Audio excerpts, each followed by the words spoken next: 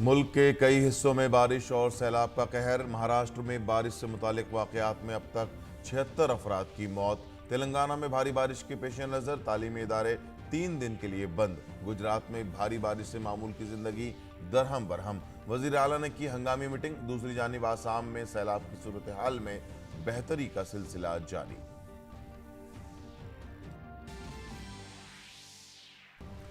अमरनाथ यात्रा दोबारा शुरू। जम्मू बेस कैंप से अकीदतमंदों का जत्था रवाना। लेफ्टिनेंट गवर्नर मनोज सिन्हा ने पहलगाम बेस कैंप का किया दौरा। राहत रसानी और बचाव के कामों का लिया जायजा।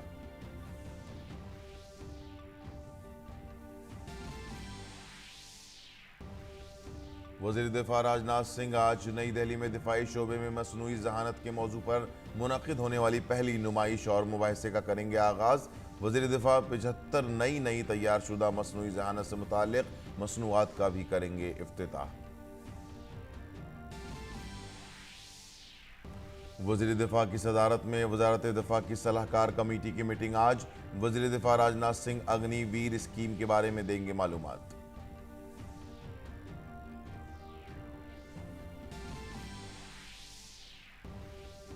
बहरान ज़दा श्रीलंका की जानिब भारत ने फिर बढ़ाए मदद के हाथ।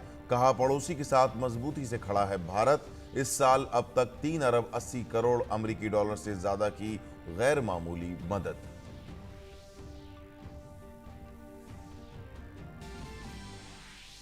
इंग्लैंड के साथ खेले गए T20 मैचों की सीरीज को भारत ने 2-1 से किया अपने नाम। सीरीज के आखिरी मुकाबले में इंग्लैंड को 17 रन से मिली जीत। आखिरी मैच में सूर्य कुमार यादव ने खेली 117 रन की इनिंग्स।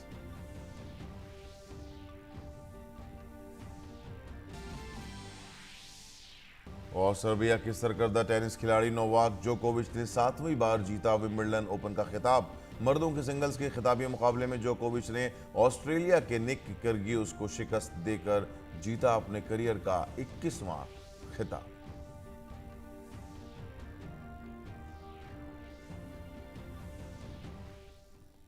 आदाब नाजरीन, खबरनामे में आपका खैर मकदम है। मैं हूं अब्दुल्ला। अब खबरें तफसील से।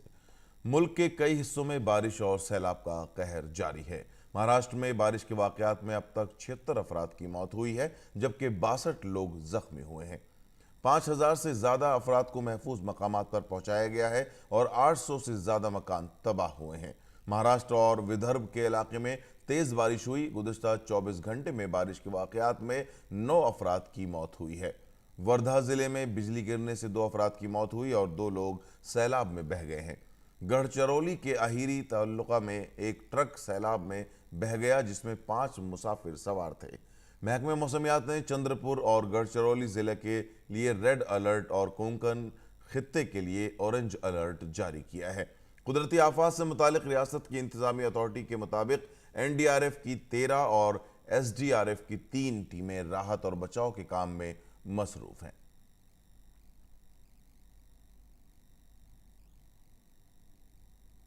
गुजरात में मूसलाधार बारिश से मामूलात जिंदगी दरहम बरहम हो गए हैं। वजीर आला भूपेंद्र पटेल ने जनूबी गुजरात में तेज बारिश से पैदा होने वाली सूरत हाल का जायजा लेने के लिए गांधीनगर में रियासती इमरजेंसी ऑपरेशन सेंटर के जिम्मेदारों के साथ मीटिंग करके उन्हें जरूरी हिदायत दी।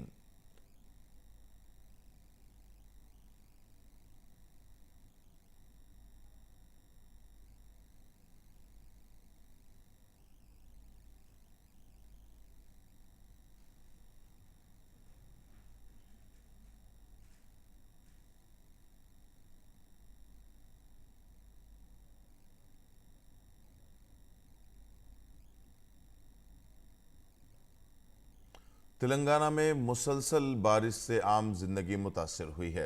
खासतौर से शुमाली अजला पर ज़्यादा असर पड़ा है। तास के इलाकों में बारिश से कई नदियों में तोगयानी है।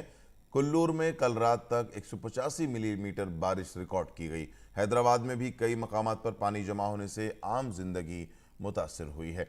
महकमा मौसमियात ने आइंदा 3-4 दिन तक रियासत में सबसे ज़्यादा तेज़ बारिश का इम्कान जाहिर किया है। रियासती हुकूमत ने सभी तालीमी इदारों में 3 दिन की छुट्टी का ऐलान किया है। वजीर आला के चंद्रशेखर राव ने सूरत हाल का जायजा लिया और महकमे मौसमियात को सैलाब के खदशे से मुताल्लिक अलर्ट जारी करने का हुक्म दिया गया है। NDRF की टीमें राहत और बचाव के कामों के लिए तैयार हैं। आसाम में सैलाब की सूरत हाल में आहिस्ता आहिस्ता बेहतरी आ रही है। सैलाब से मुतासरा गांवों की तादाद कम होकर 390 पहुंच गई है। वहीं ज्यादातर नदियों की आबी सतह में भी कमी आई है। आसाम रियासत की कुदरती आफात से मुतालिक इंतजामी अथॉरिटी की ताज़ा रिपोर्ट के मुताबिक आसाम के 12 अजला में 5,39,000 से ज़्यादा अफराद सैलाब से मुतासर हुए हैं। वहीं 7,368 हेक्टेयर ज़रई अराजी अभी भी पानी में डूबी हुई है। इस साल 6 अप्रैल से अभी तक सैलाब और चट्टाने गिरने से मरने वालों की तादाद 192 पहुंच गई है। इतवार को 2 और लोगों की सैलाब से मौत हो गई। इसके अलावा बक्सा, विश्वनाथ, बोंगाई गांव, मेरी गांव और तिनसुकिया अजला सैलाब से ज्यादा मुतासर हैं। सैलाब से मुतासर इलाकों में बचाव और राहती काम जारी है। लोगों को राहती अशिया और सेहत खिदमात फराहम कराई जा रही हैं। 38,000 से ज्यादा अफराद ने 114 राहती कैंपों में पनाह ली है। मौसमियाती साइंस के इलाकाई मरकज ने रियासत में आइंदा कुछ दिनों में तेज बारिश की पेशगोई की है।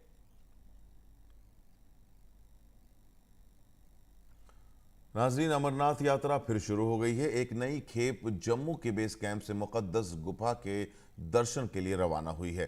पहलगाम रूट पर नौनवान बेस कैंप से अमरनाथ यात्रियों की एक खेप को मुकद्दस गुफा के लिए रवाना किया गया। अमरनाथ जी श्राइन बोर्ड के मुताबिक आज से इसी रूट पर यात्रा शुरू हो रही है, लेकिन हेलीकॉप्टर सर्विस नौनवान और बालटाल दोनों रास्तों से होगी। जुमे की शाम अमरनाथ गुफा के बाद बादल फटने के बाद यात्रा मुलतवी कर दी गई। गुफा के सामने मलबा जमा होने से सफरी रास्ता भी तबाह हो गया। पहलगाम रूट को इतवार की शाम सफर के लिए मुकम्मल तौर पर तैयार कर दिया गया था।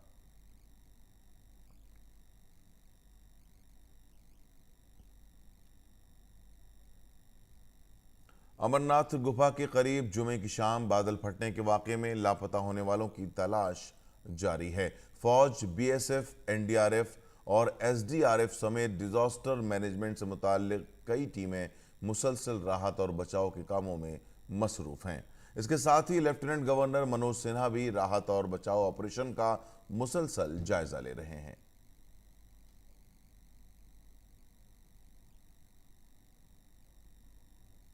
वजीर दिफा राजनाथ सिंह आज नई दिल्ली में दिफा में मसनूई जहानत AIDEF मौजू पर पहली बार मुनक़िद होने वाली नुमाइश और मुबाहिसे का इफ्तिताह करेंगे। ये नुमाइश वजारत दिफा की वजारत की दिफाई प्रोडक्शन महकमे के जरिए मुनक़िद की जा रही है। इस मौके पर वजीर दिफा राजनाथ सिंह 75 नौ तैयार शुदा मसनूई जहानत प्रोडक्ट का इफ्तिताह करेंगे। इस प्रोग्राम में तहकीकी इदारों, सनअतों और स्टार्टअप और इख्तराकार के जरिए तैयार जदीद मसनूई जहानत मौसर हल की नुमाइश करने के लिए साथ बाजार की दस्तियाबी के लिए मसनूई जहानत मसनूआत का इफ्तिताह करने के मकसद से नुमाइश की सहूलत भी होगी।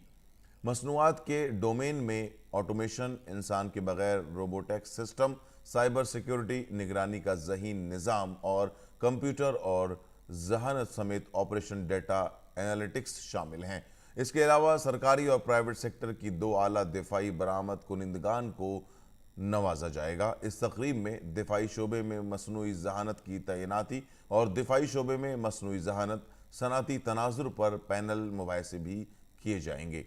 भारत की जानिब से मनाए जा रहे आज़ादी के 75 साला जश्न के एक हिस्से के तौर पर इन 75 मसनूआत को दिफाई शोबे में खुद इन्हिसारी को फ़रोग देने के लिए पहली बार आर्टिफिशियल इंटेलिजेंस इन डिफेंस नुमाइश में पेश किया जाएगा। मसनूई जहानत को फ़रोग देने के मकसद से लाहे अमल तैयार करने के लिए साल 2018 में AI टास्क फोर्स का क़याम अमल में लाया गया था।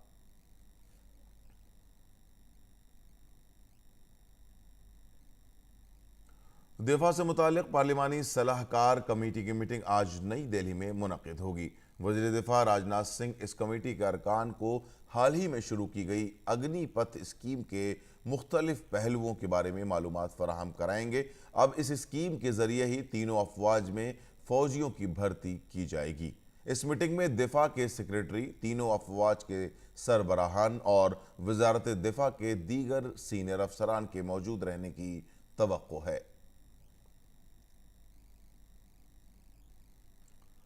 महाराष्ट्र की नई शिंदे हुकूमत का आज सुप्रीम इम्तिहान है। सुप्रीम कोर्ट में आज 16 बागी अरकान असम्बली की मुअत्तली के लिए दायर शिवसेना की अर्जी पर समाअत होनी है। इसके अलावा शिवसेना लीडर सुभाष देसाई की जानिब से दायर इस अर्जी पर भी समाअत होनी है, जिसमें एकनाथ शिंदे को हुकूमत बनाने की दावत देने के गवर्नर के फैसले को चैलेंज किया गया है। स्पीकर के इंतखाब और एतमाद के वोट के अमल को भी गलत बताया गया है।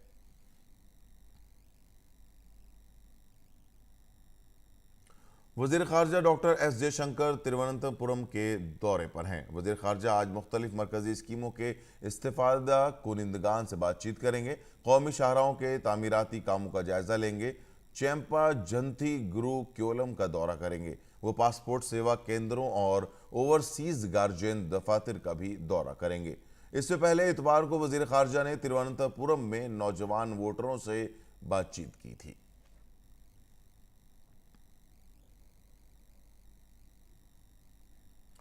बाबा वैद्यनाथ की नगरी देवघर में आज की शाम काफी खास होने वाली है। आज शाम पूरा बाबा धाम 1 लाख देवों की रोशनी से जगमगा उठेगा। दरअसल वजीर आजम नरेंद्र मोदी 12 जुलाई को देवघर आने वाले हैं। देवघर दौरे के दौरान वजीर आजम मोदी देवघर एयरपोर्ट समेत झारखंड को कई तोहफे देंगे। वहीं इस दौरान वजीर आजम नरेंद्र मोदी बाबा वैद्यनाथ के दर्शन पूजन भी करेंगे। वज़ीर आज़म नरेंद्र मोदी के मुजवज़ा देवघर दौरे के पेश नज़र पूरे शहर में हर तरफ होर्डिंग और बैनर नज़र आ रहे हैं और मुकामी लोग उनका बेसब्री से इंतज़ार कर रहे हैं। बाबा नगरी में 11 जुलाई को दिवाली जैसी रौनक देखने को मिलेगी, जब मुकामी टावर चौक से लेकर वीर कुंवर सिंह चौक और मुख्तलिफ गलियों में 1 लाख से ज़्यादा दिए रोशन किए जाएंगे। इसके अलावा सभी घरों के सामने दिए जलाए जाएंगे। पूरे देवघर वासियों के लिए उल्लास का माहौल है। हम लोगों ने इसलिए यह दीपोत्सव तय किया है क्योंकि आप प्रधानमंत्री जी के हर एक कार्यक्रम में देखें, वो संस्कृति से और भारत की पौराणिकता से जुड़े हुए रहना चाहते हैं। इसीलिए हम लोगों ने यह तय किया कि दीपावली तो मनाएंगे, साथ ही साथ जो भारत की पौराणिकता है, जो हमारी जो संस्कृति है, उससे जो लोगों का जुड़ाव भी होगा। और जो लोग इस व्यवसाय से आश्रित हैं, वो माननीय मोदी जी के प्रति शुक्रगुजार भी होंगे। देवघर जसीडीह कुम्हार बस्ती के अनिल पंडित को दीप उत्सव के पेश नज़र 70,000 दिए बनाने का काम सौंपा गया है। इस काम को मुकम्मल करने के लिए घर के सभी अफराद दिन रात मसरूफ़ अमल हैं। देवघर में वज़ीर आज़म नरेंद्र मोदी के शानदार इस्तकबाल के लिए ख़वातीन में भी ज़बरदस्त जोशो खरोश नज़र आ रहा है। एयरपोर्ट के गेट के किनारे बंगाली समाज की ख़वातीन अपने रिवायती मलबूसात में शंख बजाकर वज़ीर आज़म का इस्तकबाल करेंगी। एक भारी संख्या में बंगाली समाज की बहनें अपनी मोदी जी की तैयारी में जुटी हुई हैं और उस दिन एयरपोर्ट के गेट पर इन लोग अपने वेशभूषा और अपने पारंपरिक तरीके से स्वागत करेंगे। दूसरी जानिब देवघर बाबा मंदिर में वज़ीर आज़म की आमद के सिलसिले में पुजारी बिरादरी भी काफ़ी पुरजोश है। पंडा धर्म रक्षणीय सभा के अहदेदार वज़ीर आज़म के इस्तकबाल के लिए तैयारियां कर रहे हैं। बाबा मंदिर की पेंटिंग का काम भी मुकम्मल कर लिया गया है। प्रधानमंत्री के स्वागत के लिए बाबा नगरी पूरी तरह से तैयार है। कहीं पर 1 लाख दिए जलाने की तैयारी हो रही है, तो कहीं पर बंगाली रीति रिवाज से महिलाएं उनका स्वागत करने के लिए तैयार है। साथ ही साथ पूरा शहर जो है वो प्रधानमंत्री का जो एक तरीके से कह सकते हैं बैनर और होर्डिंग्स के जरिए भी सजाया गया है। वज़ीर आज़म नरेंद्र मोदी 12 जुलाई को देवघर हवाई अड्डे का इफ्तिताह करने के अलावा देवघर एम्स के 200 बिस्तरों वाले अस्पताल का भी ऑनलाइन इफ्तिताह करेंगे। इसके अलावा इस दौरान कई स्कीमों का ऑनलाइन संग बुनियाद रखा जाएगा। वज़ीर आज़म कॉलेज अहाते में एक जलसे से भी खिताब करेंगे, जहां तकरीबन 1 लाख लोगों के बैठने के लिए इंतजामात किए जा रहे हैं। देवघर से दिवाकर कुमार की रिपोर्ट, डीडी न्यूज़ उर्दू खबरें। वज़ीर आज़म नरेंद्र मोदी 12 जुलाई को देवघर में हवाई अड्डे का इफ्तिताह करेंगे। इसे तकरीबन 400 करोड़ रुपए की लागत से बनाया गया है। हमारे नामानिगार अभिषेक सिंह ने हवाई अड्डे के प्रोजेक्ट हेड से बात की। प्रधानमंत्री नरेंद्र मोदी 12 जुलाई को झारखंड को विकास की कई सारी सौगातें देने जा रहे हैं और उनमें से एक है बाबा की नगरी यानी देवघर में एयरपोर्ट, जिसकी डिमांड यहाँ पर दशकों से थी। अब यहाँ आने वाले जो तीर्थ यात्री हैं भगवान शंकर के दर्शन के लिए, जो 12 ज्योतिर्लिंग में से एक है बैजनाथ धाम, उनको यहाँ आने में अब तकलीफ नहीं होगी, क्योंकि अब रेल सेवा के साथ साथ उनके लिए यहाँ पर एयरपोर्ट भी बन गया है। और इस पूरे एयरपोर्ट को किस तरीके से बनाया गया है, इस पर बातचीत के लिए हमारे साथ मौजूद है इस एयरपोर्ट के प्रोजेक्ट हेड विजयन जी, उनसे हम बात करते हैं। सर, सबसे पहले आपसे यह जानना चाहेंगे, क्या फैसिलिटीज है इस एयरपोर्ट पर, कितनी विमानों की लैंडिंग हो सकती है और कहां-कहां के लिए यहां से जो है फ्लाइट शुरू किया जा रहा है? So we have got the facility for about 4 aircraft can be parked at the single time, and we have got almost 2.03 crore people ka. This can be accommodating the people for this will be the facility Dumka and so many other districts side by side. We are having the things. Further, we have got the car parking around 160 cars can be parked. That too, it has been provided with a solar powered shared parking ka solar powered power supply also is there. Panel ka sath it is car parking has been provided, and we have got the terminal building 5160 meters ka square meter area ka terminal building hai. So we will be able to handle sufficient number of flights here. यहाँ कहां से sir flights यहाँ के लिए operate की जाएगी commercial? There is a proposal, it is still going on. Kolkata के लिए maybe Ranchi और Patna as well as Bombay, Bangalore, Delhi. There are proposals. This will be coming shortly. ये भी बताया जा रहा है सर कि ये जो फ्लाइट यहाँ से जो ये देवघर में एयरपोर्ट जो बनाया जा रहा है, ये शायद झारखंड का सबसे बड़ा एयरपोर्ट है। या अच्छा है, बहुत सुंदर से आया है. Everybody has appreciated, even the people officials who had visited here, everybody appreciated this thing. बहुत सुंदर से आया, अच्छा लैंडस्केपिंग है, बहुत अच्छी तरह से आया है. अब सर, जब यहाँ के लोगों को ये एयरपोर्ट मिलने जा रहा है तो कितना बेनिफिट देखते हैं यहाँ पर क्योंकि बहुत बड़ी संख्या में आते हैं और खास तौर पे सावन का महीना शुरू होने जा रहा है, ऐसे में ये कितना बड़ा गिफ्ट होगा यहाँ के लोगों को? बिल्कुल बढ़िया है, because it's long pending demand actually. Even this so many people wanted to come particularly for this Baidyanath temple ka, as well as the ashram mein idhar Riki ashram as well as Satsang ka ashram mein bahut achhi taraf se, because there is a very great potential. This is what the information we got, the things. It will be a very good successful airport in this Jharkhand mein, bahut अच्छी तरफ से आएगा. Thank you sir. तो आपने सुना कि ये airport न सिर्फ पूरे झारखंड के अंदर जो है एक एयरपोर्ट कनेक्टिविटी, मतलब यहाँ से आपको दिल्ली, बम्बई, बेंगलोर, कोलकाता, रांची, पटना, जहाँ के लिए भी वहाँ के लिए फ्लाइट उपलब्ध होगी, बल्कि जो लोग यहाँ पहुँच रहे हैं और यहाँ से जो लोग जाने वाले हैं, न सिर्फ देवघर के लिए बल्कि पूरा संथाल परगना यानी कि 5 डिस्ट्रिक्ट, आधा बिहार, यानी कि आप समझ लीजिए कि भागलपुर हो, लखीसराय तक के लोग जो है, बांका के, बौसी के, वो यहाँ आ सकेंगे. इसके साथ साथ उड़ीसा के लोग, जो उड़ीसा के बॉर्डर है यहाँ पर, वहाँ से लोग आ सकेंगे और बंगाल से भी लोग यहाँ से आकर के अब फ्लाइट ले सकते हैं, जिन्हें पहले फ्लाइट लेने के लिए या तो रांची जाना पड़ता था या फिर पटना जाना पड़ता था. अब उनके लिए ये एयरपोर्ट जो है किसी वरदान से कम नहीं है. कैमरामैन सुमित नौडियाल के साथ अभिषेक सिंह, डीडी न्यूज, देवघर. वज़ीर-ए-आज़म मोदी 12 जुलाई को देवघर में एम्स में खिदमात की तोसी का आगाज करेंगे. इनमें मरीजों का शोबा, आईपीडी और ऑपरेशन थिएटर शामिल हैं. हमारे नामनिगार अभिषेक सिंह ने एम्स देवघर के डायरेक्टर डॉक्टर सौरभ वर्षने से बात की. नरेंद्र मोदी का फोकस अगर हम कहें तो सबसे ज्यादा जो रहा है वो शिक्षा को लेकर, स्वास्थ्य को लेकर, जो बुनियादी सुविधाएं हैं इनका विकास कैसे हो और लोगों तक इसकी सुविधाएं जो है वो कैसे पहुंचे, इस पर रहा है. यही कारण है कि प्रधानमंत्री 12 जुलाई को झारखंड के देवघर में एम्स की भी शुरुआत करने जा रहे हैं, जो झारखंड का पहला एम्स होगा. इस पर बातचीत के लिए हमारे साथ है डॉक्टर सौरभ, जो कि यहाँ पर एम्स में डायरेक्टर हैं. उनसे हम बात करते हैं. सर, सबसे पहले आपसे ये जानना चाहेंगे सर कि इस एम्स की फैसिलिटीज, कितना बड़ा एम्स है, क्या क्या फैसिलिटीज होगी, इसके बारे में हमें बताएं. एम्स के आने से ये उम्मीद की जाती है और हम लोग इस पे आश्वस्त भी करना चाहेंगे एम्स द्वारा कि ये जो लोगों को कठिनाई होती थी कि आम रोग, मुश्किल रोग या जटिल रोग के लिए लोगों को दूर दूर तक जाना पड़ता था और कई लोग जा नहीं पाते थे और वे इलाज के अभाव में उसका दुष्परिणाम उनको भुगतना पड़ता था. सर, कितने बेड का हॉस्पिटल होगा, क्या क्या यहाँ पे जैसे लोग जो बाहर जाते थे दिल्ली हो या अन्य जगह पे इलाज के लिए, तो किस तरह का चिकित्सा उन्हें मिलेगा, किन किन बीमारियों के लिए यहाँ पे आपके पास सुविधाएं उपलब्ध हैं? देखिए, भारत सरकार ने माननीय प्रधानमंत्री श्री नरेंद्र मोदी जी के नेतृत्व में 22 एम्स बनाने का निर्णय लिया हुआ है और जिसमें से 16 एम्स क्रियान्वित कर दिए गए हैं। उसी कड़ी में अलग अलग फेज में एम्स बनाए गए हैं। झारखंड का एम्स देवघर फेज 6 में बनाया जाने वाला एम्स है।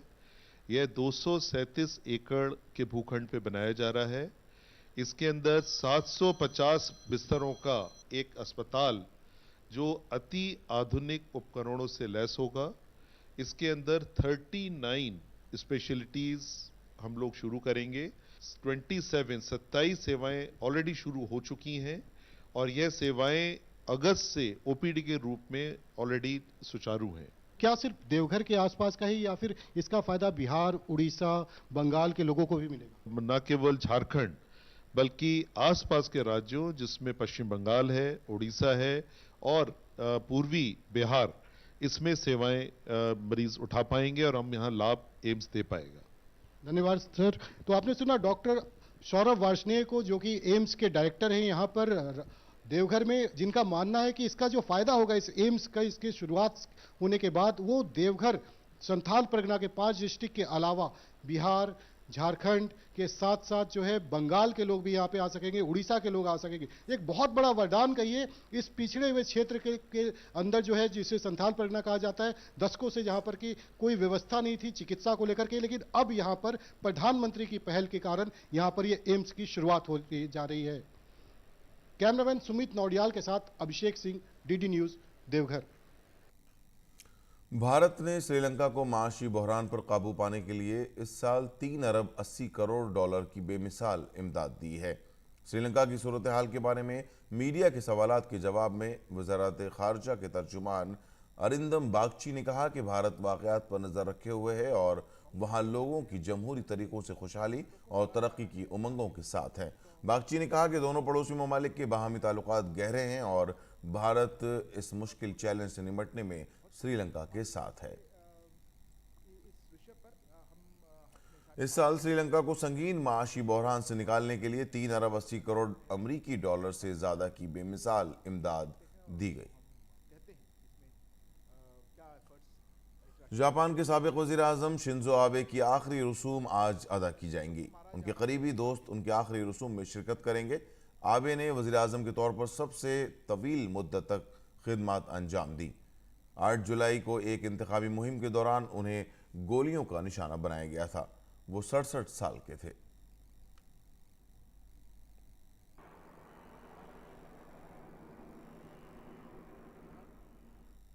इंग्लैंड के साथ खेली गई 3 T20 मैचों की सीरीज को भारत ने 2-1 से अपने नाम कर लिया है। इतवार को नॉटिंघम में खेले गए सीरीज के तीसरे मुकाबले में भारत को इंग्लैंड के हाथों 17 रन से हार का सामना करना पड़ा।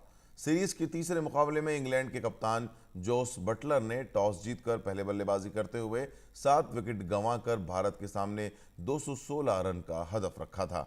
इंग्लैंड की तरफ से डेविड मलान ने 39 गेंदों पर 77 रन और लियाम लिविंगस्टोन ने 29 गेंदों पर 42 रन की नॉट आउट इनिंग्स खेली। वहीं इंग्लैंड की तरफ से मिले 216 रन के हदफ का ताक़ुब करने उतरी भारत की टीम मुकर्ररा 20 ओवरों में 9 विकेट पर 198 रन ही बना सकी और मैच हार गई।